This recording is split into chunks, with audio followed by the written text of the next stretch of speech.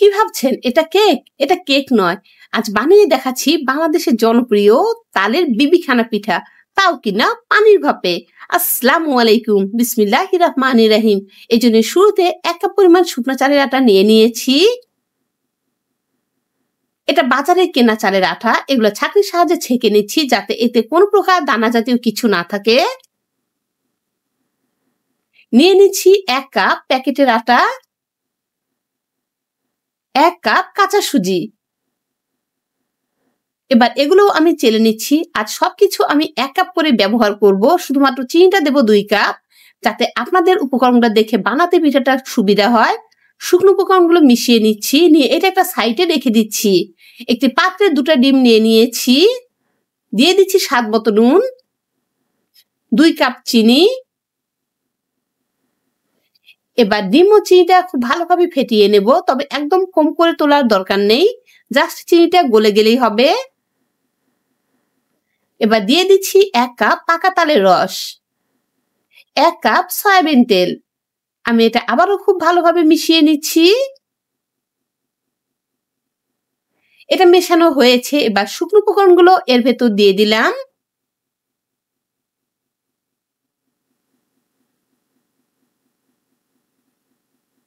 এটা শুকনো হয়েছে, এতে ভয় পাবার কোনো কারণ নেই। এখানে আমি ১ কাপ জাল করা দুধ অ্যাড করব, তবে দুধটা আমি ২ বারে দিচ্ছি।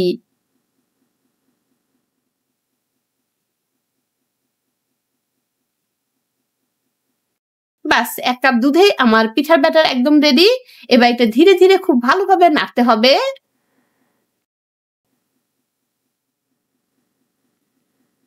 এখানে আমি আরো একটু পাকা তালের রস দিয়ে দিলাম, যাতে করে তালের ফ্লেভারটা আরেকটু ভালো আসে। তবে আপনি চাইলে তালের রস আর নাও দিতে পারেন। দিয়ে দিচ্ছি ১ বাটি কোরানো নারকেল। আমি এখানে মোট ২ বাটি কোরানো নারকেল ব্যবহার করছি। তার ভেতর ১ বাটিটা আমি পিঠার ব্যাটারের ভেতরে দিয়ে দিলাম।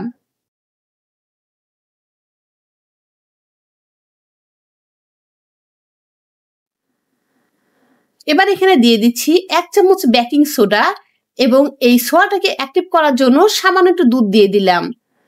খেয়াল রাখবেন, বেকিং পাউডার আর বেকিং সোডা সম্পূর্ণ কিন্তু ভিন্ন জিনিস। আমি এটা বেকিং সোডা দিয়ে করছি। এবার এদিকে একটি যে পাত্রে পিঠা বসাবো, সে পাত্রে আমি তেলটা চতুর্পাশে দিয়ে নিচ্ছি।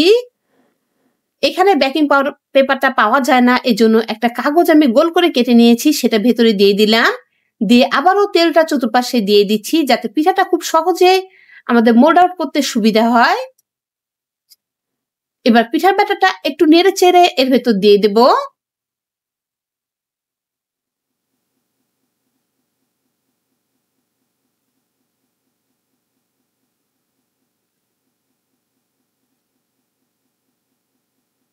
এবার বাটিটাকে একটু ট্যাপ করে নিচ্ছি, যাতে ভেতরে বাতাসটা বেরিয়ে আসে।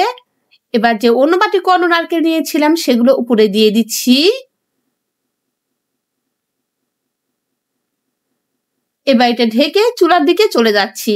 চুলায় অলরেডি আমি একটি কড়াই বসিয়ে দিয়েছি, সেখানে আমি ছাঁচ বসিয়ে দিয়ে আমি ১.৫ লিটার পরিমাণ পানি এখানে দিয়ে দিলাম। এবার ঠিক ১ ঘন্টার জন্য পিঠাটা বসিয়ে দিচ্ছি। ঘড়ি ধরে ঠিক ১ ঘন্টা আমি জাল করে নেব।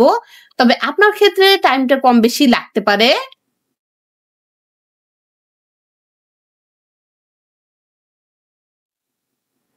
১ ঘন্টা হয়েছে, দেখছি পিঠার ভেতরটা কেমন হয়েছে।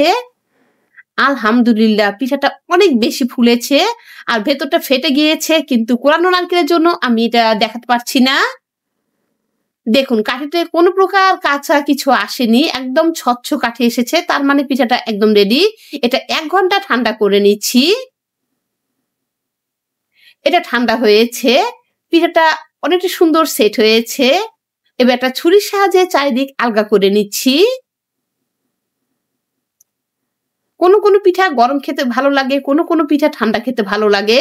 তবে এই বিবিখানা পিঠাটা যত ঠান্ডা খাবেন তত এটা বেশি ভালো লাগে। সবচেয়ে ভালো হয় আগের দিন বানিয়ে রেখে পরের দিন খেলে। আলহামদুলিল্লাহ, আল্লাহু আকবার। দেখুন কত সুন্দর কেকের মতো হয়েছে। একদম ফ্লাফি হয়েছে। পিঠাটা কিন্তু খুব বেশি বসেও যায়নি। আমি ভেতরটা কেটে দেখিয়ে দিচ্ছি কেমন হয়েছে। এটা খেতে যে এতটা মজার হয়েছিল বলার বাহিরে। আশা করি রেসিপিটি আপনারা অবশ্যই বাড়িতে চেষ্টা করবেন আর কেমন হয়েছে কমেন্ট বক্সে জানাবেন। আজ এ পর্যন্ত, সবাই ভালো থাকবেন, বিদায় নিচ্ছি। আসসালামু আলাইকুম।